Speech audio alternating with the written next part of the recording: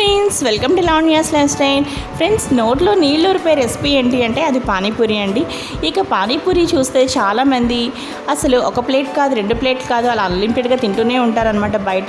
బయట తింటే ఎంత అన్హెల్దీయో ఇంట్లో తింటే అంత హెల్దీ అండి. మరి అంతే హెల్దీగా ఈరోజు ఇంట్లో ఎలా ప్రిపేర్ చేసుకోవాలో పానీపూరి చూసేద్దాం పదండి. ఈ పానీపూరి నేనైతే మాత్రం ఎప్పుడు ఇంట్లో తినాలనిపించినా ఇలాగే చేస్తూ ఉంటానండి ఇంట్లోనే. ముందుగా మనకి పానీపూరికి చాలా టేస్టీగా రావాలి అంటే ఫస్ట్ మనకి పానీ చాలా ఇంపార్టెంట్ అండి. దాన్ని బట్టే టేస్ట్ ఉంటుంది. అలాగే మనం తయారు చేసుకునే కూర, మనకి ఆలు కర్రీ ప్రిపరేషన్ అనేది చాలా ఇంపార్టెంట్ అనమాట. సో ఇంకా పూరీస్ అంటారా, మనకి అవైలబుల్గా మార్కెట్లో ఈ విధంగా మనం తెచ్చుకుంటే చిప్స్ని చక్కగా వీటిని ఆయిల్లో ఈ విధంగా ఫ్రై చేసుకోవచ్చు. లేదా మీరు ఇలా ఓవెన్లో 1 మినిట్ పాటు పెట్టుకుంటే అసలు ఆయిల్ కూడా లేకుండా ఈ విధంగా మనం పూరీస్ని కూడా ప్రిపేర్ చేసుకోవచ్చు. సో ముఖ్యమైనది పానీ అలాగే కర్రీ చాలా ఈజీగా సింపుల్గా మీకు నేను ఈరోజు చూపించాలనుకుంటున్నానండి. చూసేద్దాం పదండి.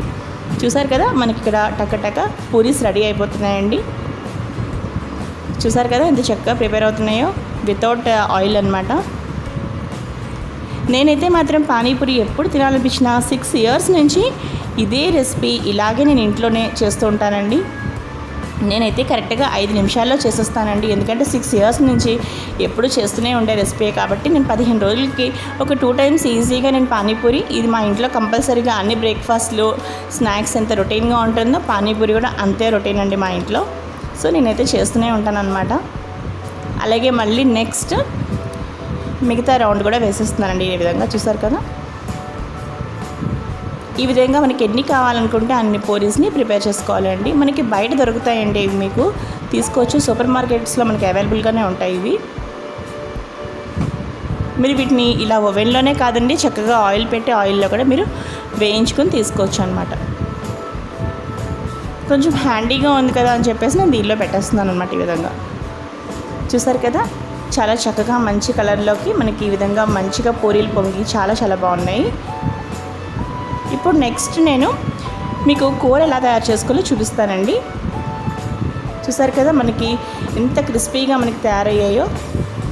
సో ఇప్పుడు మనం కూర ప్రిపరేషన్కి వెళ్ళిపోదామండి.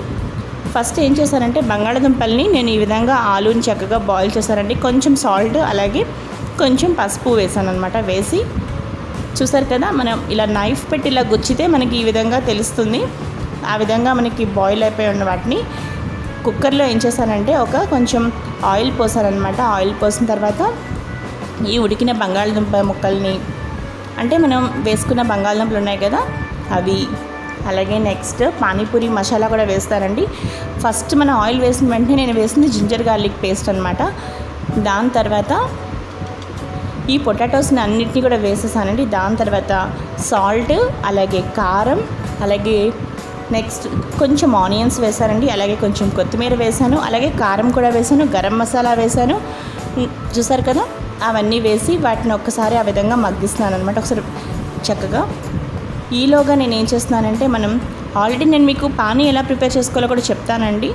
కొంచెం ఆ పానీ నేను తీసుకుని ఈ విధంగా నేను తీసుకుంటున్నాను అనమాట. కొంచెం ఆ జింజర్ గార్లిక్ పేస్ట్ మనకి స్మెల్ చాలా బాగా వచ్చే విధంగా ఫ్రై అయ్యాక ఈ విధంగా మొత్తం మనం వేసుకున్న అన్నిటినీ స్మాష్ చేస్తున్నాను అనమాట. అలాగే సాల్ట్ కూడా వేసుకున్నానండి. సో చూసారు కదా,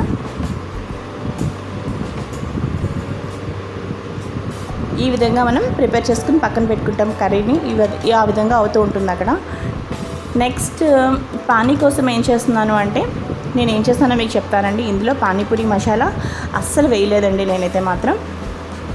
పుదీనా అలాగే కొత్తిమీర అలాగే జింజర్ గార్లిక్ అలాగే నెక్స్ట్ కొంచెం లెమన్ జ్యూస్ అనమాట, అలాగే సాల్ట్ అవన్నీ కలిపి చక్కగా గ్రైండ్ చేసేస్తానండి మిక్సీలో. చూసారు కదా, తగినంత మంచి వాటర్ పోసుకుని ఈ విధంగా మనం గ్రైండ్ చేసి పెట్టుకున్నాం.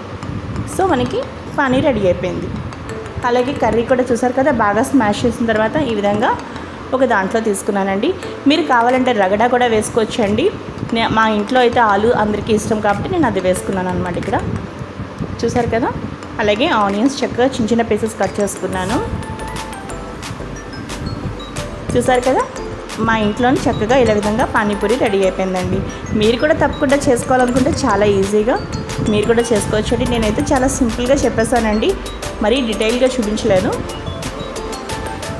చూసారు కదా మనకి పూరీస్ అలాగే చక్కగా పానీ. ఒకసారి పానీ ఎలా తయారు చేసినా మరొకసారి చెప్తానండి. పుదీనా అలాగే కొత్తిమీర, గ్రీన్ చిల్లీస్, అలాగే కొంచెం నింబు జ్యూస్, సాల్ట్, మొత్తం అవన్నీ కూడా చక్కగా మిక్సీ పట్టేసానండి. అంతే అండి, అంతకన్నా ఏం వేయలేదు అందులో. గ్రీన్ చిల్లీస్ మాత్రం కొంచెం ఎక్కువ తక్కువ ఆ కారం దగ్గర పట్టి చూసుకోండి. చూసారు కదా ఎంతో టేస్టీగా హెల్దీగా మన ఇంట్లోనే పానీపూరి ఈ విధంగా ఎప్పుడు కావాలంటే అప్పుడే చేసుకోవచ్చండి. చాలా హెల్దీ అండి ఈ పానీ కూడా. మనం ఇందులో పుదీనా, కొత్తిమీర అవన్నీ కూడా వేసాం కాబట్టి చాలా హెల్దీ కూడా అనమాట. సో ఈ వీడియో మీ అందరికీ బాగా నచ్చితే లైక్ చేయండి, షేర్ చేయండి. మరిన్ని వీడియోస్ కోసం చూస్తూనే ఉండండి. లావణ్యాస్ లైఫ్ స్టైల్ మరో మంచి వీడియోతో మీ ముందు ఉంటాను. Bye friends.